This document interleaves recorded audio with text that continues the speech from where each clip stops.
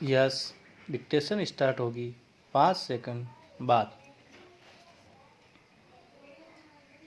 Yes start. बंधुओं, अब मैं कुछ नई स्कीमों को आपके सामने पेश करना चाहता हूँ। कुछ नई घोषणा मैं करना चाहता हूँ। पिछले कुछ दिनों में हमने इस बात का विचार किया है।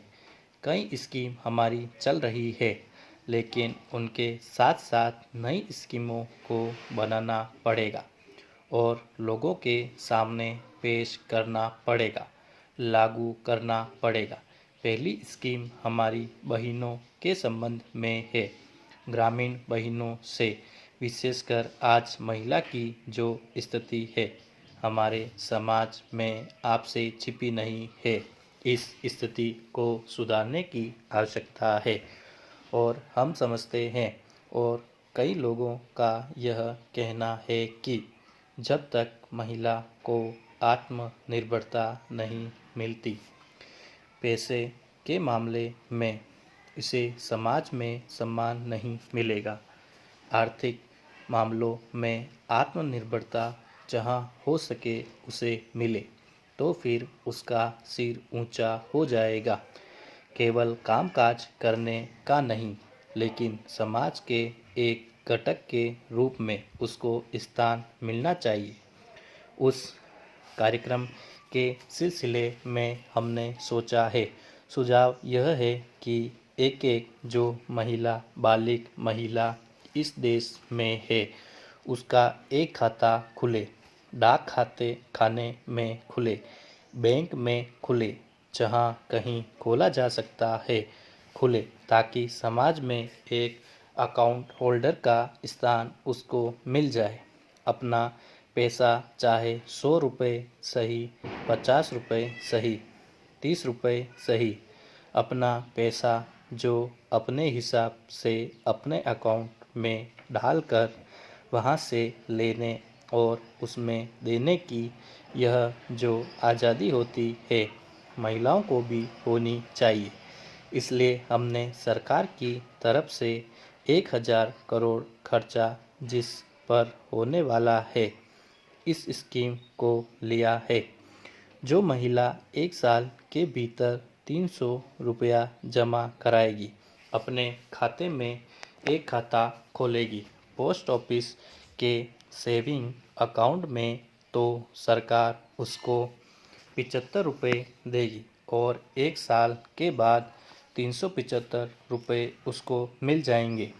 पूरे उनके होंगे। यह सारा पैसा उसी का होगा।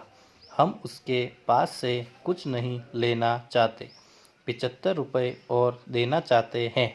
इसमें सरकार का घाटा तो हो ही रहा है, लेकिन मैं यह मानता हूँ कि जो आत्मविश्वास महिलाओं में आएगा, उसकी कोई कीमत नहीं है, उसका कोई मोल नहीं लगा सकता। वह अनमोल चीज़ है। और जब उन पर बड़ी बड़ी जिम्मेवारियां पंचायतों वगैरह की आने वाली है, तो कम से कम उन्हें ज्ञान होना चाहिए कि अकाउंट क्या होता है, खाता क्या होता है। आज ग्रामीण समाज में कितनी महिलाएं हैं जिनके अपने अपने खाते अलग अलग मौजूद है। आप अंदाज़ा कीजिए, शायद बहुत ही कम। कल को करोड़ों खाते इस प्रकार के खुलेंगे तो एक क्रांति जैसी हो जाएगी हमारी महिला जगत में। और मैं सोचता हूँ कि इस कार्यक्रम को हम चलाएं। कई स्वैच्छिक संस्थाएं हैं, महिला मंडल है, गांव-गांव में काम कर रही है। मैं उनसे अपील करूंगा कि यह जो कार्यक्रम है, काफ़ी पैसा खर्च करके सरकार ने इसको लागू करने का तय किया है। आप इस कार्यक्रम को ठीक ढंग से चलाने में हमारी महिलाओं की मदद कीजिए। साल भर आप मदद करेगी तो फिर इसके बाद हमारी बहनें समझ जाएगी कि क्या करना है। पैरा सफाई कर्मचारियों के बारे में पिछले साल मैंने कहा था कि उनकी समस्याओं के लिए एक कमीशन हम बनाएंगे। मुझे यह कहते हुए बड़ी खुशी हो रही है कि केवल कमीशन नहीं बल्कि कानूनी कमीशन हमने बनाने का फैसला लिया है। इस विधेयक पार्लियामेंट में इस वक्त है। शायद कल परसों पास हो जाता, लेकिन किसी कारण नहीं हुआ। अगले कुछ ही दिनों में वह पास होने वाला है। यह बहुत ही पिछड़ा हुआ समाज है। इसका उद्धार आवश्यक है और हम इसमें से कोई कसर उठा नहीं रखेंगे। जो हमारे शहरों, छोटे छोटे कस्बों में एक पेशा चल रहा है, मल उठाने का, उस पेशे को हम समाप्त करना चाहते हैं। इस साल इस कार्यक्रम के लिए हमने 111 करोड़ रुपए का प्रोविज़न किया है।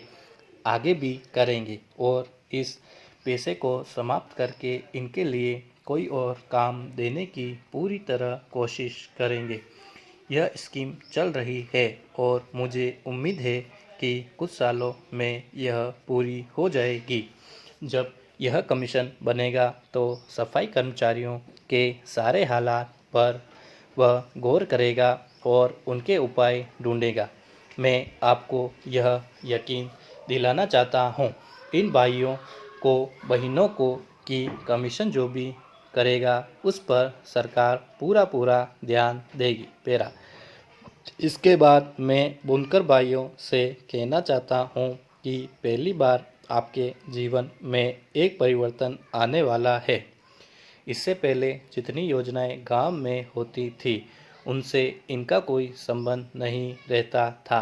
आज पहली बार हमने यह किया है कि जवाहर रोजगार योजना, इंदिरा आवास योजना, सभी योजनाएं जितनी चल रही है ग्रामीण प्रांतों में उनमें भागीदार बना दिया है। हमारे बुनकर भाइयों को उनको कर्जे मिलेंगे तथा इन सभी कामों के लिए वर्किंग कैपिटल भी मिलेगी। इन सभी कार्यों के लिए पैसा जुटाया जाएगा और इसीलिए हमने कोई 550 करोड़ रुपया केवल हमारे बुनकर भाइयों के लिए अलग रख छोड़ा है। उनके लिए एक नया कार्यक्रम और नए जीवन की तरफ वे बढ़ेंगे। एक नई आशा उनके साथ के लिए बन गई है। उनको बधाई देना चाहता हूँ। उनसे कहूँगा कि इन सारी सुविधाओं का वे पूरी तरह से फ़ायदा उठाए। पेरा। इस बीच में कई प्रांतों में सूखा पड़ा, कई प्रांतों में बाढ़ आई, यहाँ तक कि एक ही राज्य में एक तरफ सूखा, दूसरी तरफ बाढ़, ऐसे हालात हो गए। कुदरत की इस साल कुछ ही ज़्यादा हुआ। मैं स्वयं गया जहाँ हो सकता था इन राज्यों में और जितनी मदद हमसे हो सकती थी वक्त पर हमने की। मैं आपको बताना चाहूँगा, जो भी मदद मिली है उससे राहत लोगों को पहुँची हो और पहुँच रही है।